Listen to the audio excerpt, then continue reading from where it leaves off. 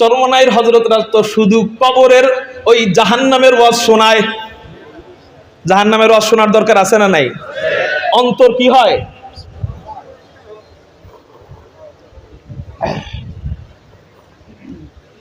মাঝে মাঝে জাহান্নামের পাশাপাশি একটু জান্নাতের আলোচনা শোনার দরকার।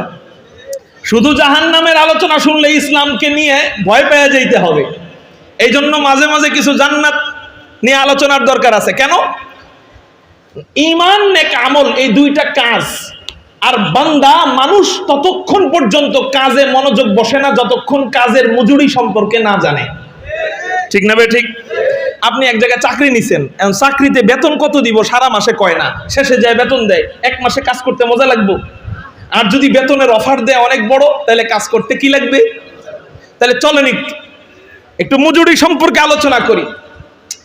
ওই জান্নাতটা আল্লাহ আমাদের জন্য বানাইছেন, কি দিয়া বানাইছেন? হযরত আবু হুরায়রা রাদিয়াল্লাহু তাআলা আনহু নবীজিকে জিজ্ঞাসা করেন, ইয়া রাসূলুল্লাহ, ইয়া হাবিবাল্লাহ, আমরা যেই জান্নাতে যাব এই জান্নাতটা আল্লাহ কি দিয়ে বানায়? নবীজি বলেন, ও আবু হুরায়রা, আমরা যেই জান্নাতে যাব এই জান্নাতটা আল্লাহ বানায় লাবিনাতুম মিন ফিদ্দা, জান্নাতের দেওয়ালের ইট যে আল্লাহ বানাইছেন, বলে কোন কোন ইট আল্লাহ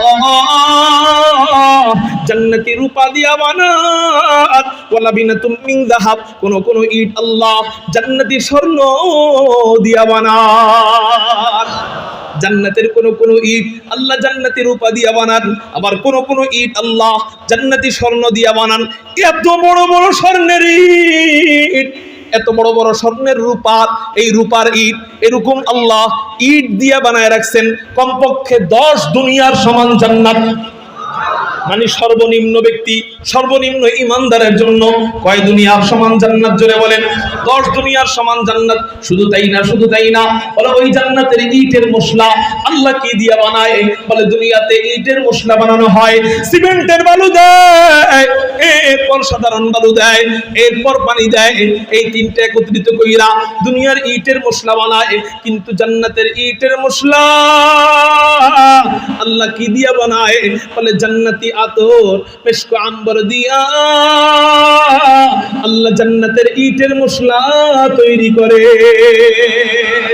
আলহামদুলিল্লাহ কদ্দারা খাইরাও ওয়া খাবালা, আলহামদুলিল্লাহ কদ্দারা খাইরাও ওয়া খাবালা, ওয়া শুকরু লিমান সাওয়ারা হুসনাও ওয়া জামালা, ফরদুন সামাদুন আন সিফাতিল খালকি বারিউন, রব্বুল আযালিয়ুন খালাকাল খালকা কামালা।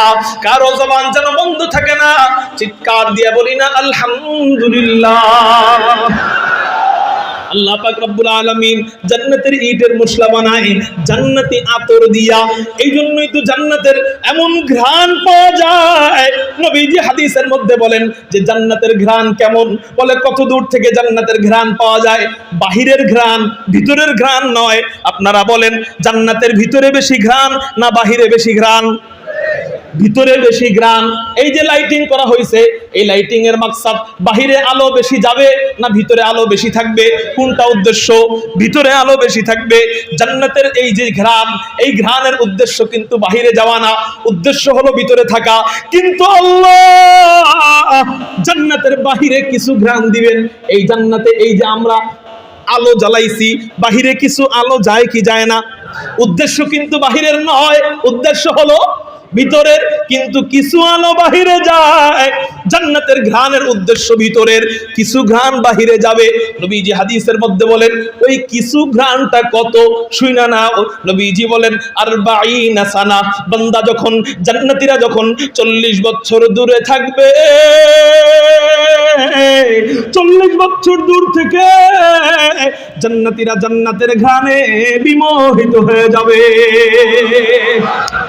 আল্লাহু আকবার। 40 বছর দূর থেকে, কয় বছর দূর থেকে বলেন? হ্যাঁ, প্রেমিক তার প্রেমিকাকে গোলাপ ফুল দেয়। এই গোলাপ ফুল এক হাত ধরে নিলে ঘ্রাণ পাওয়া যায় না, এক হাত দূরে নিলে কি পাওয়া যায় না বলেন? ঘ্রাণ পাওয়া যায় না। নাকের কাছে আনলে ঘ্রাণ শুরু হয়, বলে এই মাত্র এতটুক ঘ্রাণ। এই জন্য তার প্রেমাস্পদকে আগের থেকে আরো মহাব্বত বাড়ায় দেয়। কেন? ওই ফুলের ঘ্রাণের কারণে আগের থেকে মহাব্বত বেড়ে যায়। ঘ্রাণের কারণে কাউকে যদি ভালোবাসতে হয়, ওই দয়াল মাওলার সবচেয়ে বেশি মহাব্বত করা দরকার। ঘ্রাণের কারণে যদি কাউকে মহব্বত করতে হয়, আল্লাহ গোলাপ ফুলের থেকে কোটি কোটি কোটি কোটি কোটি কোটি কত কোটি আল্লাহ ভালো জানেন, কোটি কোটি গুণ বেশি দামি ঘ্রাণ আল্লাহ জান্নাতের ইটের মশলার মধ্যে রেখে দিছে। বলে কয় বছর দূর থেকে ঘ্রাণ পাওয়া যায়? নবীজি বলেন 40 সানা, 40 বছর দূর থেকে জান্নাতীরা জান্নাতের ঘ্রাণ পাইতে থাকবে। এবার আসেন, জান্নাতীরা জান্নাতের কাছে যাবে। আল্লাহ কুরআনুল কারীমের মধ্যে বলেন ওয়াসিকাল্লাযীনা তাকাউ রাব্বাহুম ইলাল জান্নাতি যুমারা হাত্তা ইযা জাউহা ওয়া ফুতিহাত আবওয়াবুহা ওয়া ক্বালা লাহুম খাযানাতুহা সালামুন আলাইকুম তিবতুম ফাদখুলুহা খালিদিন। আল্লাহু আকবারের সাউন্ড কমে গেছে, আরো জোরে বলেন। আমার না গলা ভাঙা, আপনাদের তো গলা ভাঙা না। আমার গলা ভেঙে গেছে, আপনাদের কি গলা ভেঙে গেছে নাকি বলেন? আমার বাড়ি যদিও এখানে কেরানীগঞ্জের সন্তান, কিন্তু সেই রংপুর থেকে আমি আসছি। আজকে এই আমার কাকা জানে, রংপুর থেকে আসতে আসতে বাতাস লাগতে লাগতে গলা ভেঙে গেছে। গাড়ির এসি নষ্ট, তো গ্লাস খুলে দেওয়া হয়েছে, বাহির থেকে বাতাস ঢুকছে। এই গলা নিয়ে বয়ান করতেছি। আইসা সোফার পিছনে নাস্তা করলাম, এই আমার সারাদিনের নাস্তা। সারাদিন খাওয়ার কোনো টাইম পাই নাই। ও মেরে মোহতারাম ভাইও, তারপরেও মোহাব্বত নিয়ে দরদ নিয়ে কিছু বলতেছি কথা। আল্লাহ যেন আমাদেরকে আমল করার জন্য কবুল করে নেন, বলি আমিন। এই জন্য বলতেছি, আপনাদের তো গলা ভাঙ্গা না, আপনারা হলো আমার মোবিল। এই মোবিল যত বাড়বে, গাড়ির স্পিড তত বাড়বে। আপনাদের গলা যদি ঠিক থাকে, আমি ইনশাআল্লাহ ঠিক আছি, চাইলে সারা রাত করতে পারবো, কিন্তু করব না। বড় হযরত আসতেছেন, বলেন আলহামদুলিল্লাহ। অল্প সময়ের মধ্যে ছেড়ে দিব ইনশাআল্লাহ। তো বলতেছিলাম, আল্লাহ পাক রব্বুল আলামিন বলেন জান্নাতীদেরকে জান্নাতের কাছে নিয়ে যাওয়া হবে। এখন প্রশ্ন হইল, হযরত এখানে একটা প্রশ্ন জাগতে পারে। কি প্রশ্ন? 40 বছরের পথ অতিক্রম কইরা যাব কিভাবে? পায়ে হেঁটে? জোরে বলেন, পায়ে হেঁটে? পায়ে হেঁটে গেলে এটাই তো একটা শাস্তি হয়ে যাবে। 40 বছর হাঁটা সম্ভব? জোরে বলেন, হাঁটা সম্ভব? হাঁটা তো সম্ভব না। 40 বছর পায়ে হাঁটা সম্ভব না, তাইলে আল্লাহ আমাদেরকে জান্নাতের কাছে নিবেন কি দিয়া? বলে কোনো গাড়ি থাকবেন কিনা, কোনো মোটর সাইকেল থাকবে কিনা, কোনো এরোপ্লেন থাকবে কিনা, কোনো বিমান থাকবে কিনা, কোনো উড়োজাহাজ থাকবে কিনা, কোনো BMW গাড়ি থাকবে কিনা? বলে না না না, আল্লাহ এই সমস্ত গাড়ির ব্যবস্থা করবেন না। আল্লাহ আমাদেরকে 40 বছরের পথ অতিক্রম কইরা জান্নাতের কাছে নিবেন কি দিয়া? বলে জান্নাতি গাড়ি আল্লাহ জান্নাতের বাহিরে পাঠাইয়া, জান্নাতি যানবাহনে আমাদেরকে বসাইয়া আল্লাহ জান্নাতে বাদশাহী সম্মান নিয়ে যাবে। এখানে আবার প্রশ্ন জাগতে পারে, হযরত ওই গাড়ি যদি মোটর সাইকেল না হয়, ওই গাড়ি তাহলে কি? BMW যদি না হয়, ওই গাড়ি তাহলে কি? ওই গাড়ি যদি ওই ইউরোপ্লেন না হয়, তাহলে ওই গাড়ি কি? চলেন আপনাদেরকে অন্য হাদিসের দিকে নিয়ে যাই। ওই গাড়িটা কি? আল্লাহু আকবার, আল্লাহু আকবার। ওই গাড়ি হলো নবীজি মিরাজের রজনীতে আল্লাহর কাছে যখন যান, আল্লাহ পাক রব্বুল আলামিন নবীজিকে উম্মে হানির ঘর থেকে ঘুম থেকে জাগাইয়া জমজমের পাশে শুয়াইয়া বুকের থেকে নাভি পর্যন্ত ফাইরা ভিতর থেকে সবকিছু বের করে এরপর জমজমের পানি দিয়া ধুইয়া জান্নাত থেকে আনা রেশমি রুমাল দিয়ে ঢাকা ঈমান এবং হিকমতের অক্সিজেন ভিতরে পুশ কইরা হযরত জিবরাইল এমন করে ইশারা দিয়া সিনায় সিনায় জোড়া লাগাইয়া একটা যানবাহনে চড়াইয়া মুহূর্তের মধ্যে বাইতুল মুকদ্দাসে নিয়া সমস্ত নবীদের সাথে সাক্ষাৎ করাইয়া সমস্ত নবীদের ইমাম বানাইয়া, ইমামুল আম্বিয়া বানাইয়া 7 আসমান দেখাইয়া, 8 জান্নাত দেখাইয়া, 7 জাহান্নাম দেখাইয়া, সীমান্তের বড়ই গাছের কাছে নিয়া নূরের সাগর দেখাইয়া আল্লাহ পাক রব্বুল আলামিন বাইতুল মামুর মসজিদে নবীজিকে নামাজ পড়াইয়া সিদরাতুল মুনতাহার বড়ই গাছের কাছে নিয়া রফরফে চড়াইয়া আল্লাহ নবীজিকে নিজের কাছে নিয়া নিজের পাশে বসাইয়া আল্লাহ নবীজির সাথে লম্বা সময় পর্যন্ত গল্প সল্প করে।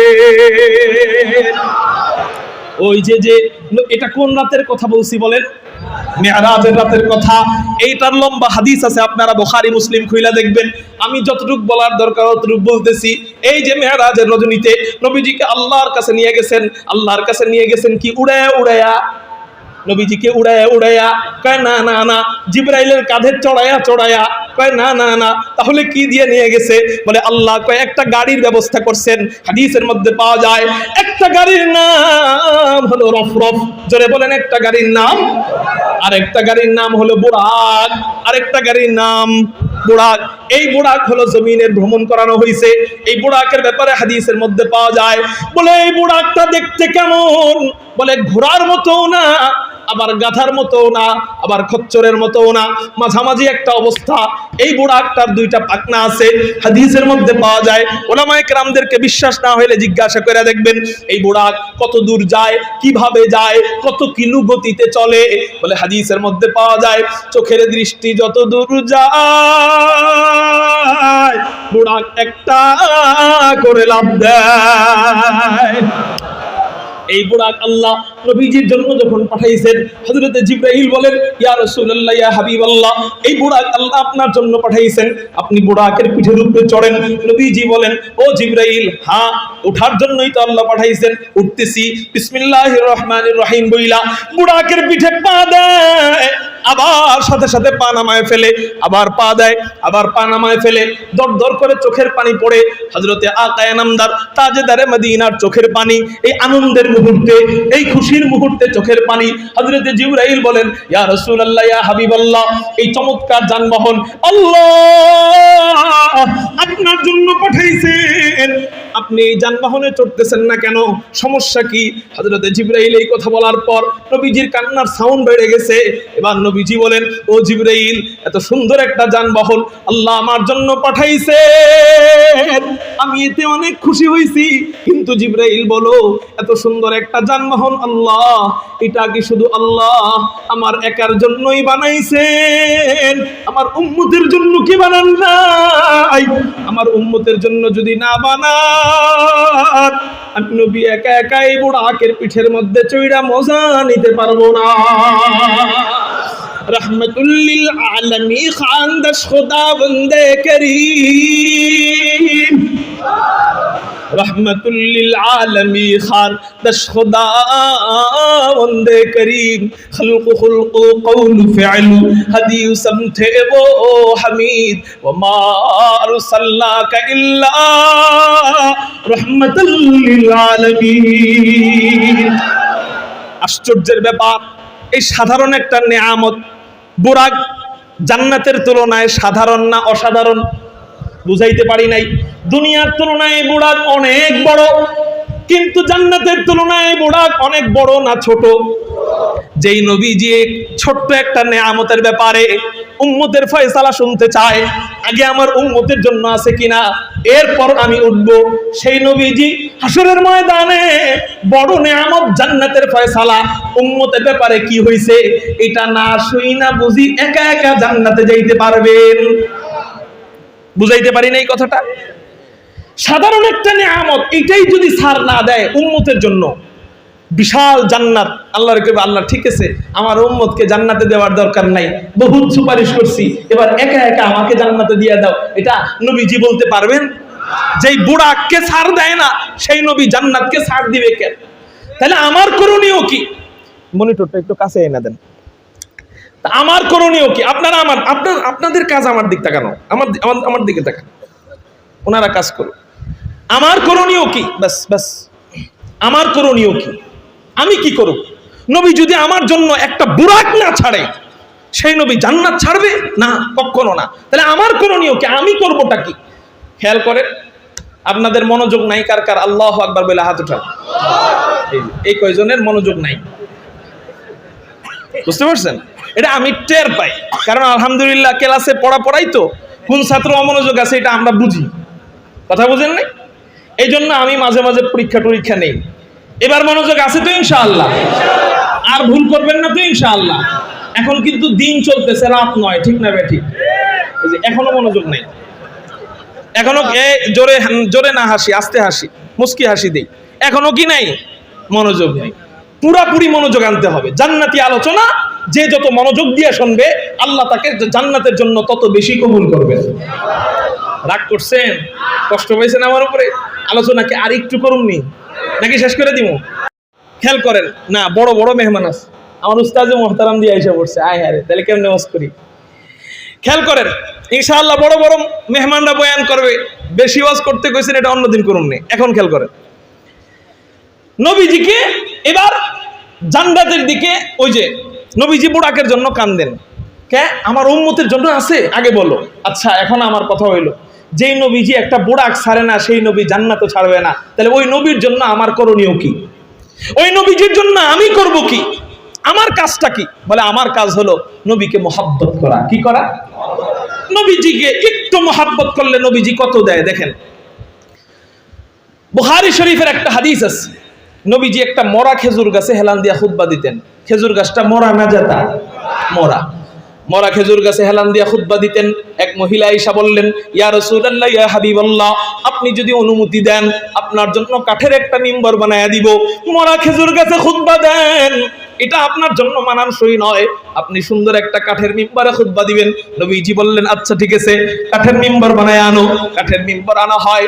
এতদিন নবীজি মরা খেজুর গাছে হেলান দিয়ে খুতবা দিয়েছিলেন, ওই খেজুর গাছ থেকে নাইমা, ওই খেজুর গাছ থেকে সইরা ওই কাঠের মিম্বরে যখন খুতবা দেওয়া আরম্ভ করে, কোন শিশু বাচ্চা যেন ওই মসজিদে নববীর ভিতরে হাউমাউ করে কান্না আরম্ভ করে দেয়। সাহাবায়ে কেরাম হতভম্ব, কিরে এখানে তো কোনো শিশু বাচ্চা নাই, কাঁদে কে? নবীজিও হতভম্ব, কাঁদে কে? হঠাৎ করে দেখা যায় এই কান্নার শব্দ আর কারো থেকে পাওয়া যায় না, এই কান্নার শব্দ ওই মরা খেজুর গাছের ভিতর থেকে পাওয়া যায়। এবার এই মরা খেজুর গাছ কাঁদে কেন? মুহাদ্দিসিনে কেরাম ব্যাখ্যার মধ্যে বলেন, এই মরা খেজুর গাছের সাথে যখন নবীজি হেলান দিয়া খুতবা দিতেন, মরা খেজুর গাছ বড় গর্ব নিয়ে বলতো, দেখ আমার পিঠের মধ্যে কে হেলান দিয়া খুতবা দেয়, আমার কোলের মধ্যে কে হেলান দিয়া খুতবা দেয়। যার সিনার ব্যাপারে আল্লাহ কোরআনে বর্ণনা করেন, যার কাঁধের ব্যাপারে আল্লাহ কোরআনে বর্ণনা করেন, যার চেহারার ব্যাপারে আল্লাহ বলেন ওয়াদ্দুহা, ও রাসূল আপনার চেহারার কসম, যার চুলের ব্যাপারে আল্লাহ বলেন ওয়াল্লাইলি ইযা সাজা, ও রাসূল আপনার কালো চুলের কসম, ওই নবীজি আমার পিঠে হেলান দিয়ে খুতবা দেয়, বড় গর্ব করত।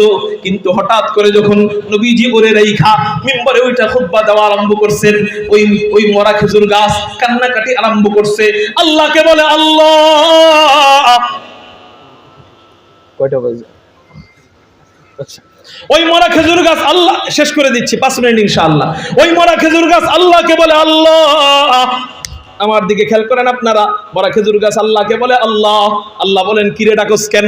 মরা খেজুর গাছ বলে আল্লাহ, নবীজিরে তো অনেক মহাব্বত করি, তাই মহাব্বত তো সবাই করে, তো কি করতে হবে? আল্লাহ সবাই আর আমি তো এক নয়, নবীজি তো অন্য কারো পিঠে হেলান দিয়া খুতবা দেয় নাই, আমার পিঠে হেলান দিয়া খুতবা দিছেন, আমার কোলে দীর্ঘ সময় খুতবা দিছেন হেলান দিয়া, তা আমার কি অধিকার নাই? হ্যাঁ অধিকার তো আছে, কি করতে হবে?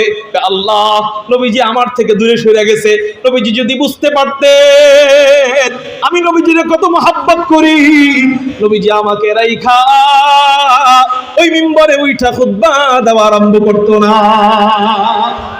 নবীজি যদি এটা বুঝতেন, নবীজি এটা করতেন না। এবার হয়ে গেছে তো নবীজি চলে গেছে, আমি তো আর ডাইকা আনতে পারবো না, কিন্তু আল্লাহ আমার একটা দোয়া কবুল করবানি। তাই কি দোয়া? 1 নাম্বার দোয়া হলো, আমার জান আমার রূহ কিছুক্ষণের জন্য আমাকে দিয়া দাও। 2 নাম্বার দোয়া, আল্লাহ তুমি কিছুক্ষণের জন্য আমার জবান খুইলা দাও। ওই জবান দিয়ে কি করবি? জানি নবীজি আসবেন না আমার কাছে, তারপরেও আমার ভালোবাসাটা একটু বুঝাবো। আল্লাহ বলেন, যা নবীকে মহব্বত করছস, এই মহব্বতের উসিলায় আমি তোর দোয়া কবুল করে নিলাম। এবার ওই মরা খেজুর গাছের জবান খুইলা যায়, শিশু বাচ্চার মতো যখন হাউমাউ করে কাঁদে। নবীজি বলেন, অন্যদিকে তোমরা খুঁজাখুঁজি করো না, কাঁদে তো ওই মরা খেজুর গাছ, ওটাকে তোমরা থামাইতে পারবা না, থামাইতে হবে আমার। নবীজি খুতবা বন্ধ করে দেয়, চুপ হয়ে যায়, মিম্বর থেকে নাইমা যায়, মরা খেজুর গাছের কাছে যাইয়া মরা খেজুর গাছকে জড়াইয়া ধইরা মরা খেজুর গাছকে চুমু দেয় আর বলে, এই মরা খেজুর গাছ, কান্দিস না রে, কান্দিস না, আমি জানি তুই আমার মহব্বতে কাঁদছস, শুইনা রাখ, শুইনা রাখ, আমাকে তুই একটু মহব্বত দেখাইলি, এই জন্য তোর পুরস্কার কি জানোস নি? কয় কি পুরস্কার? কয় শুইনা রাখ, আমি যখন হাসরের ময়দান থেকে জান্নাতে যাব, আমি আমার আল্লাহর কাছে, আমি আমার মাহবুবের কাছে তোর ব্যাপারে সুপারিশ কইরা তোরে আমার সাথে নিয়া আমি নবী জান্নাতে ঢুকবো। শাফিঈ রোজে জাযা ওয়া গা খতিবে আম্বিয়া, শাফিঈ রোজে জাযা ওয়া গা খতিবে আম্বিয়া, সাহিবে হাউজ ও লিবাজিল্লে খুদা রোজে আতি, রহমত ওয়ালা নবী। নবীজি বলেন, আমি তোর ব্যাপারে সুপারিশ কইরা তোকে নিয়া আমি নবী জান্নাতে ঢুকবো। এখন আমি যেটা বুঝাইতে চাইতেছি এই হাদিস থেকে, সেটা হলো এই মরা খেজুর গাছ নবীজির কোন উম্মত, নবীজির কোন আত্মীয় স্বজন, নবীজির কোন ভাই বেরাদার। তো এই মরা খেজুর গাছ নবীর কিছুই লাগেন না। ও যদি নবীজির সামান্য মহব্বত দেখায়া নবীকে নিয়ে জান্নাতে যাইতে পারে, নবীর সাথে জান্নাতে যাইতে পারে, নবীজি ওরে নিয়ে সুপারিশ করে জান্নাতে নিতে পারে, তাহলে আমি আপনি নবীজির কি? জোরে বলেন কি? আমি আপনি মহব্বত দেখাই মরা খেজুর গাছের মতো অল্প সময় না মরণ পর্যন্ত? হ্যাঁ, মহব্বত দেখানোর প্রথম নমুনা আমার দিকে তাকাইলেই পাওয়া যায়, তাই না? মহব্বত দেখানোর প্রথম নমুনা কি? জোরে বলেন, জোরে বলেন। দাড়ি। আরো জোরে বলেন কি? দাড়ি। মহব্বত দেখানোর প্রথম নমুনা এটা, এই দিকে তাকাইলেই পাওয়া যায়। এটা নিয়ে যদি আমি কবরে যাইতে পারি, হাসরে যাইতে পারি, নবীজিকে বলতে পারবো, রাসূল ওই মরা খেজুর গাছ আপনার উম্মত নয়, ও আপনাকে একটু মহব্বত দেখাইছে, উম্মত না হওয়ার পরেও আপনার সাথে যদি জান্নাতে যাইতে পারে, আমি আপনার উম্মত, আপনার কারণে আমি দামি। এই যে দেখেন তাকায়া, আমি মহব্বত দেখাইছি অল্প সময়ে না, আমি দাড়ি রাখার কারণে আমার আত্মীয় স্বজন আমাকে বুড়া বইলা চেতাইতো, আমার স্কুলের ছেলে মেয়েরা আমাকে আঙ্কেল বইলা রাগাইতো, আমি বিয়ের অনুষ্ঠানে, আমি নাইট ক্লাবে, আমি ডান্স ক্লাবে, আমি মদের আসরে, আমি গাজার আসরে যাইতে পারতাম না। এই দাড়ির কারণে নামাজের সময় আমার বন্ধু বান্ধবরা আড্ডা মারতো, কিন্তু দাড়ি হুজুরদের মতো রাখছিলাম, তোমার মতো রাখছিলাম, এই জন্য আমি নামাজের টাইমে বন্ধু বান্ধবের সাথে আড্ডা দিতে পারি নাই। এক সময় মসজিদে যে চলে গেছি, ইয়া রাসূলুল্লাহ, ইয়া হাবিবাল্লাহ, ওই মরা খেজুর গাছ আপনাকে সামান্য মহব্বত দেখানোর কারণে আপনি যদি ওরে জান্নাতে নিয়ে যান, তাহলে আমারে ফালায়া রাইখা আপনি ইনসাফ ওয়ালা নবী কেমনে জান্নাতে যাবে? এই কথা বললে নবীজি আপনারে ফালায়া রাইখা যাবে? তো বলার মতো তো একটা যোগ্যতা আমার ভিতরে আনতে হবে, ঠিক না ঠিক? এই জন্য আজকে থেকে যেই যুবকরা নবীর জন্য জীবন দিতে রাজি, সেই যুবকরা মাত্র একটু দাড়ি দিবে, এটা দিতে রাজি হবে না ইনশাআল্লাহ? সেই যুবকের হাত দেখতে চাই, আর জীবনে যারা দাড়ি কাটবে না ইনশাআল্লাহ, পাক্কা ওয়াদা দাও, ফেরেশতারা ভিডিও করতেছে, আল্লাহ নিজে দেখতেছে, ইনশাআল্লাহ ওয়াদা দাও, চেহারা যেমনই দেখা যাক, নবীর সামনে আমার দাঁড়াইতে হবে, ওই যোগ্যতা আমার আনতে হবে, আর জীবনে দাড়ি কাটবো না। কারা কারা ওয়াদা দিব? আল্লাহু আকবার বলে দুই হাত। পাক্কা ওয়াদা ইনশাআল্লাহ? হাত নামান। আল্লাহ তুমি কবুল করো বলি আমি। বয়ানের মাঝখানে আসি, স্টেশন অনেক দূরে, তারপরও সংক্ষেপে আধা মিনিটে স্টেশনে যাই, নাহলে এতক্ষণ কি কইলাম আমিও বুঝবো না, আপনারাও বুঝবেন না, নাহলে ছেলে খিচুড়ি হয়ে যাবো। এই জন্য স্টেশনে সংক্ষেপে চলে যাই। নবীজি এই বোরাক, আমি যদি মহব্বত দেখাইতে পারি, সেই নবীজি বোরাক কেন জান্নাতের ব্যাপারেও ছাড়বে না, আমার উম্মতকে আল্লাহ আগে জান্নাত দেন, এরপর আমি যাব, ঠিক না ভাই? ঠিক। তো সেই নবীজি হযরতে জিবরাইল বলেন, ইয়া রাসূলুল্লাহ, ইয়া হাবিবাল্লাহ, আপনি কোনো টেনশন করবেন না, আমি যখন জান্নাত থেকে এই বুড়াককে নিয়ে আসতেছিলাম, তখন আমি দেখতে পাইলাম জান্নাতের ভিতরে কোটি কোটি বুড়াক, প্রত্যেকটা বুড়াকের গায়ে আপনার প্রত্যেকটা উম্মতের নাম লেখা দেখেছি। নবীজি খুশি হয়ে গেছে, তাই না? খুশি হয়ে গেছে, নবীজি বোরাকের পিঠে চড়ছেন, আবারও নাইমে গেছেন। হযরতে জিবরাইল বলেন, ইয়া রাসূলুল্লাহ, ইয়া হাবিবাল্লাহ, এখন হইলটা কি? এখন তো উঠতে পারেন, এখন উঠেন না কেন? হযরতে জিবরাইল বলেন, ইয়া রাসূলুল্লাহ উঠেন। নবীজি বলেন, এখনো আরেকটা কাজ বাকি আছে। তাই কি কাজ? আল্লাহ আমারে জান্নাতের ভিতরে নেওয়ার আগেই বোরাক দান করছে, আর আমার উম্মতকে জান্নাতের ভিতরে নেওয়ার পরে বোরাক দান করবে, এটা আমি মানি না। সুবহানাল্লাহ। আল্লাহ আমারে জান্নাতের বাহিরে বুড়াক দিছে, আমার উম্মতকে জান্নাতের বাহিরেই দিতে হবে। আল্লাহ কয় আমার রাসূলের দোয়া কবুল করে ফেললাম, জান্নাতের বাহিরেই দিব। কয় ওইটা কোন সময়?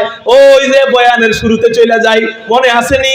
জান্নাতের দূরত্ব হাসরের ময়দান থেকে কমপক্ষে কয় 40 বছরের রাস্তা।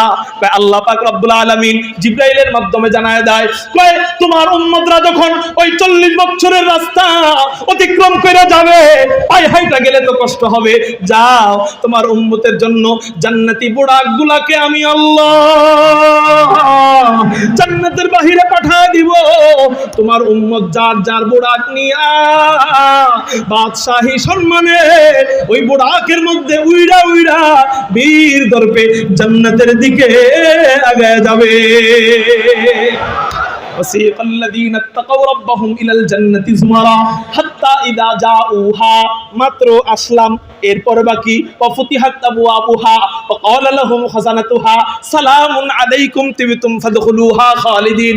মাত্র জান্নাতের কাছে আসলাম, আল্লাহ যদি কখনো বসান জান্নাতের কাছে আইসা কি কি হবে, কোন নদীতে গোসল করানো হবে, কয়টা পরিবর্তন করানো হবে, জান্নাতের দরজা কত বড় হবে, জান্নাতের দরজার এক সাইড থেকে আরেক সাইড কত বড় হবে, জান্নাতের দরজা দিয়ে ঢোকার সময় ফেরেশতারা আমাদেরকে কি বলবে, হুর গিলমানরা আমাদেরকে কি বলবে, জান্নাতের বিবিরা আমাদেরকে কি বলবে, আল্লাহ নিজে আমাদেরকে কেমনে সালামুন কাওলাম মির রাব্বির রহিম, কেমনে আল্লাহ আমাদেরকে জান্নাতে সালাম দিয়া দিয়া জান্নাতে ঢুকাইবেন, কেমনে জান্নাতের ভিতরে জান্নাতি বিবিদের সাথে গান বাজনা হবে, কেমনে জান্নাতের ভিতরে আল্লাহর সাক্ষাৎ হবে, কেমনে রহমান সূরা আল্লাহ তেলাওয়াত শুরু করবেন, কেমনে আল্লাহকে জান্নাতে দেখতে পারবো, কেমনে জান্নাতে আমরা বসবাস করব ইনশাআল্লাহ।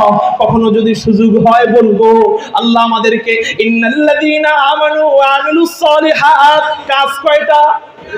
1 নাম্বার, 2 নাম্বার, এই 2 কাজের মাধ্যমে আল্লাহ আমাদেরকে কানাত লাহুম জান্নাতুল ফিরদাউসি নুজুলা, এই জান্নাতুল ফিরদাউস দান করুক। সবাই বলি আমিন। ওয়া আখির দাওয়ানা আনিল হামদুলিল্লাহ। আসসালামু আলাইকুম ওয়া রাহমাতুল্লাহি ওয়া বারাকাতুহু।